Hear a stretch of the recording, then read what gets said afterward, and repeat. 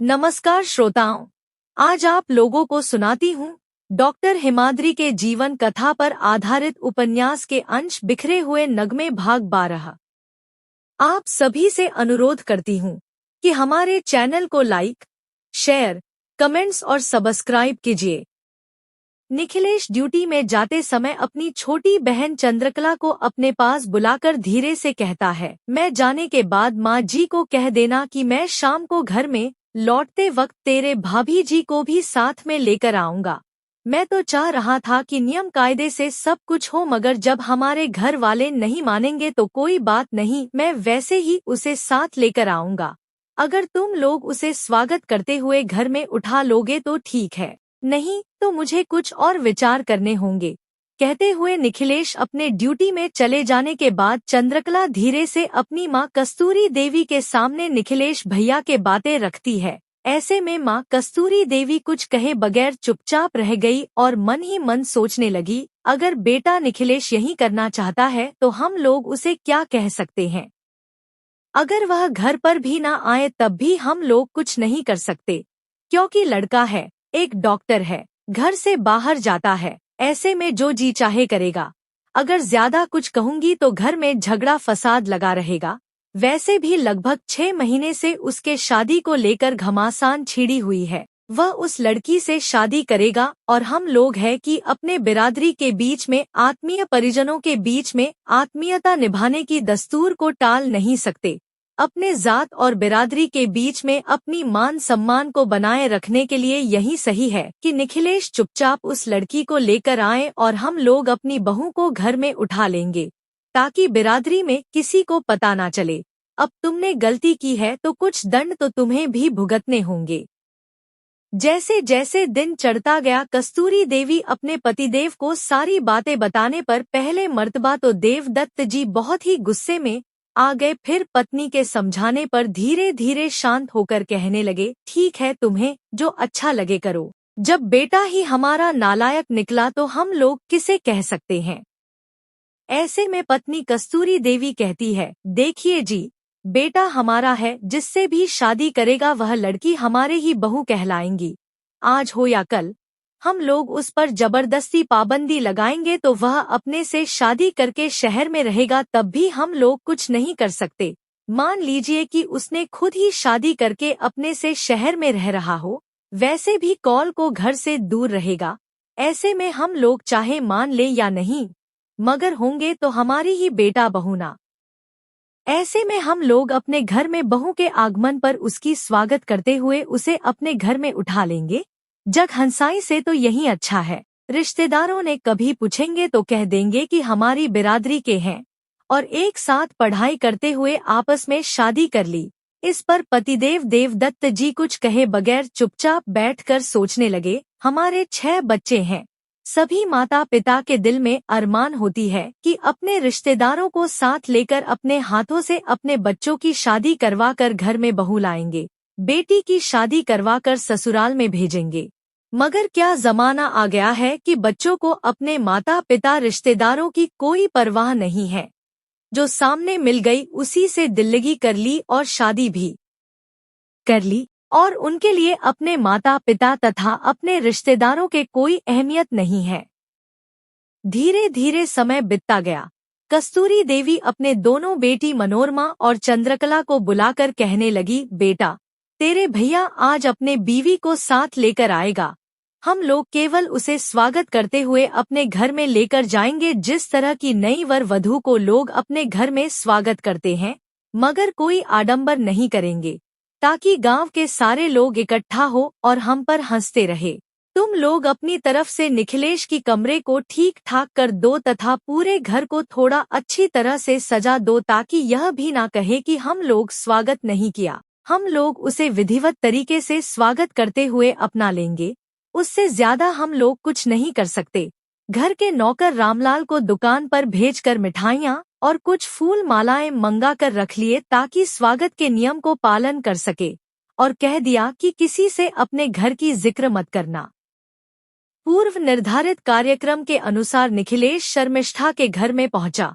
वहां से शर्मिष्ठा तथा उसके मां सुनंदा देवी तथा शर्मिष्ठा के बड़ी बहन संगीता और उसके पति गजेंद्र को साथ लेकर शहर के देवी मां के मंदिर में पहुंचा, जहां देवी मां के सामने ही मंदिर प्रांगण में पंडित जी के द्वारा विधिवत तरीके से शर्मिष्ठा और निखिलेश को परिणय सूत्रों में बांध दिए गए। फिर शाम ढलते वक्त एक कार में बैठकर अपने साथ पत्नी शर्मिष्ठा को साथ लेकर निखिलेश अपने घर में पहुंच गया, जहां पर मां कस्तूरी देवी तथा घर के सभी लोग उन्हें स्वागत करते हुए शर्मिष्ठा को अपने घर के बहू के रूप में स्वीकार कर लिया और कहने लगे, देखो बहू, आज से तुम हमारे घर की बहू हो। भला ही तुम्हारी शादी मंदिर में हुई है, मगर शादी के बाद के जो भी नियम कायदे ससुराल में किए जाते हैं वह सारी हम लोग विधिवत करेंगे, मगर बिना आडंबर के सारे नियम पालन किए जाएंगे। अपने बेटी मनोरमा की ओर ताकते हुए कहती है, तेरे भाभी जी को अंदर ले जा और सब कुछ समझा देना।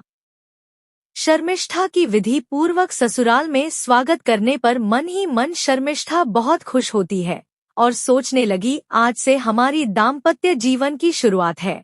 हमारे ऊपर ईश्वर की असीम कृपा है कि हमारे प्यार व्यर्थ के बजाय सार्थक रूप लिए है। हम दोनों जीवन भर के लिए एक हो गए। शर्मिष्ठा अपने सासू माँ के पैर छूकर आशीर्वाद लिया और फिर ससुर जी देवदत्त जी के पैर छूकर प्रणाम करते हुए आशीर्वाद लेती है। अपने दोनों नंदे के साथ अपने कमरे में प्रवेश करती है।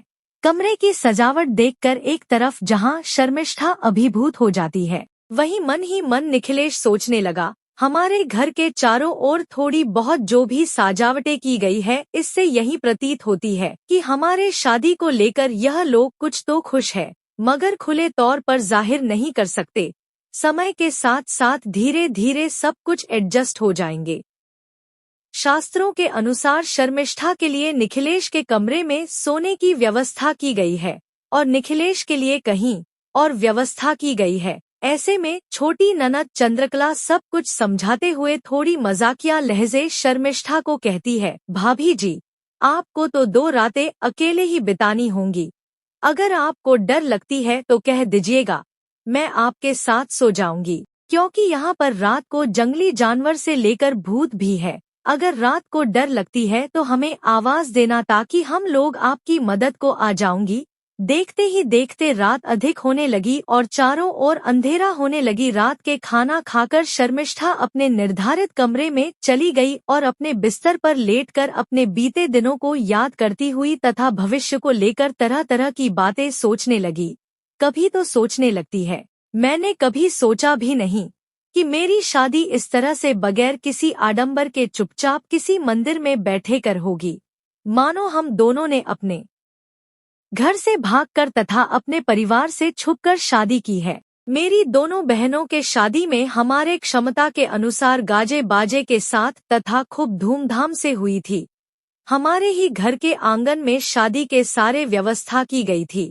लगभग 6 महीने से सारे आयोजन की गई थी।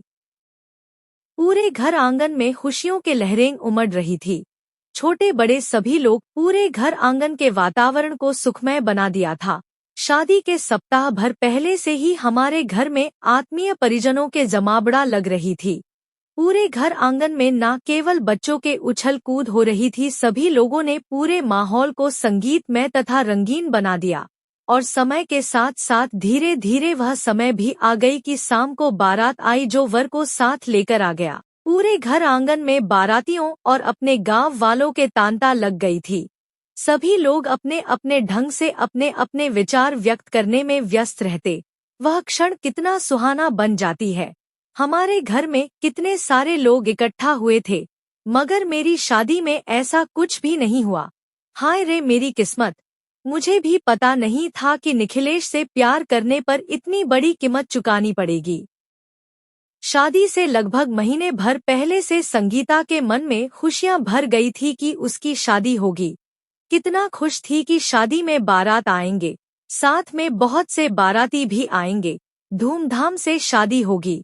पूरे घर में आत्मीय परिजनों के समावेश होंगे जो बहुत ही स्वाभाविक है। संगीता के घर वाले गरीब होने के बावजूद भी बहुत से आयोजन की गई थी। उसके मन में तरह तरह के उमंग भरी हुई थी जो न केवल उनके चेहरे पर साफ साफ दिखाई पड़ती थी, घर के सभी लोगों के चेहरे पर दिखाई दे रही थी। शादी के रोज लड़कियों के घर में कितने सारे विधि विधान तथा अनुष्ठान होती है, कितने सारे कार्यक्रम होती है जो पूरे सप्ताह भर पहले से चलती है। यह सारे कार्यक्रम किए गए थे, मगर शर्मिष्ठा के शादी में ऐसा कुछ भी नहीं हो सका। शर्मिष्ठा के भी मन में बहुत से उम्मीदें थी कि दोनों दीदी के तरह मेरी भी शादी में बहुत से आनंद होंगे, क्योंकि मैं घर के सबसे छोटी हूँ। दोनों दीदी, जिजाजी, उनके बच्चे तथा उनके ससुराल वाले आएंगे। समाप्त। कहानी के अगले भाग के लिए हमारे साथ बने रहिए। धन्यवाद।